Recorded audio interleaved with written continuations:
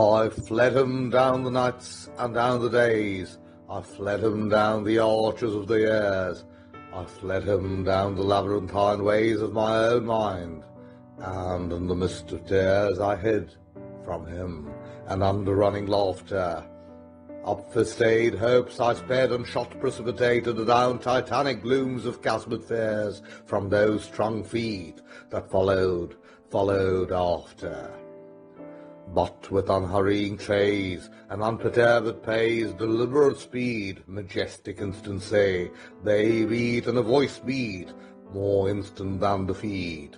All things betray thee, who betrayest me.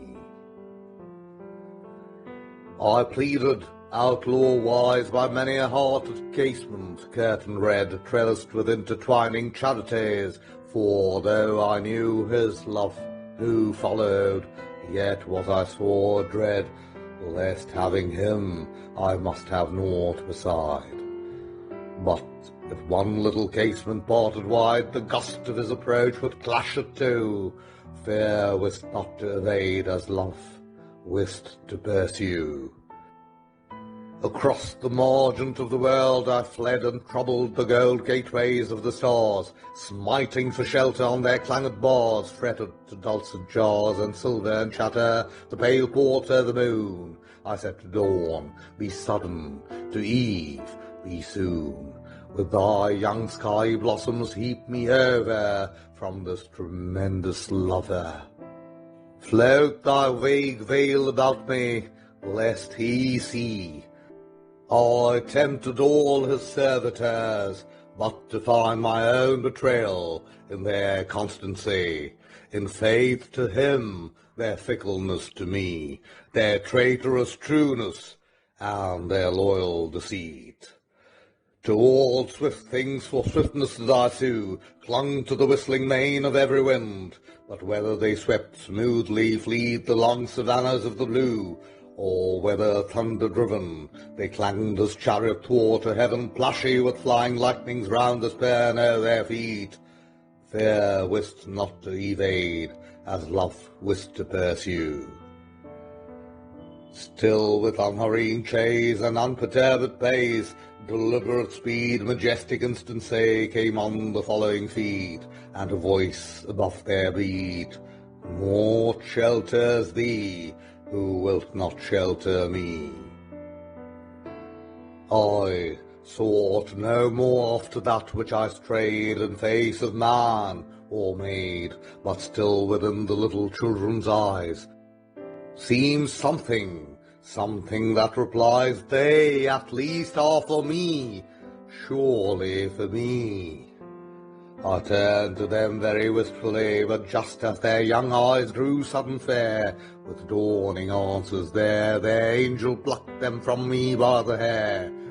Come then, ye other children, nature's share. With me, said I, your delicate fellowship, let me greet you lip to lip. Let me twine with you caresses, wantoning with Our Lady Mother's vagrant tresses, banqueting with her in a wind-walled palace, underneath her azure dais, quaffing as your taintless way as from a chalice, loose and weeping out of the day-spring. So it was done. I and their delicate fellowship was one, drew the bolt of nature's secrecies. I knew all the swift importing on the wilful face of skies. I knew how the clouds arise, spumed off the wild sea snortings, all that's born or dies, rose and drooped with, made them shapers of mine own mood, or wailful or divine. With them joyed and was bereaven, I was heavy with even, when she lit her glimmering tapers round the day's dead sanctities. I laughed in the morning's eyes, I triumphed and I saddened with all weather. Heaven and I wept together, and its sweet tears were sought with mortal mind. Against the red throb of its sunset heart I laid my own to beat and share commingling heat, but not by that by that was eased my human smart. In vain my tears were wet on heaven's grey cheek, for we know not what each other says. These things and I, in sound I speak, their sound is but their stare, they speak by silences. Nature, per step-dame, cannot slake my drouth. Let her, if she would owe me, drop yon blue bosom whale of sky, and show me the breasts of her tenderness. Never did any milk of hers once bless my thirsting mouth.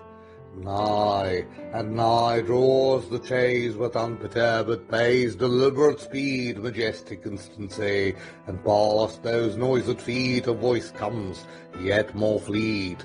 Lo, naught contents thee who contentest not me. Naked I wait thy love's uplifted stroke. My harness piece by piece thou hast hewn from me, and smitten me to my knee. I am defenceless, utterly. I slept, methinks, and woke, and slowly gazing find me stripped in sleep. In the rash lusty head of my young powers I shook the pillaring hours, and pulled my life upon me. Grimed with smears I stand amid the dust. Oh, the bounded years! My mangled youth lies dead beneath the heap. My days have crackled and gone up in smoke, have puffed and burst as sun starts on a stream. Yea, faileth now even dream the dreamer, and the lute the lutenist, even the linked fantasies, in whose blossomy twist I swung the earth, a trinket at my wrist, are yielding, chords of all too weak account, for earth with heavy griefs so overplus. Is thy love indeed a weed, albeit an amaranthine weed, suffering no flowers except its own to mount?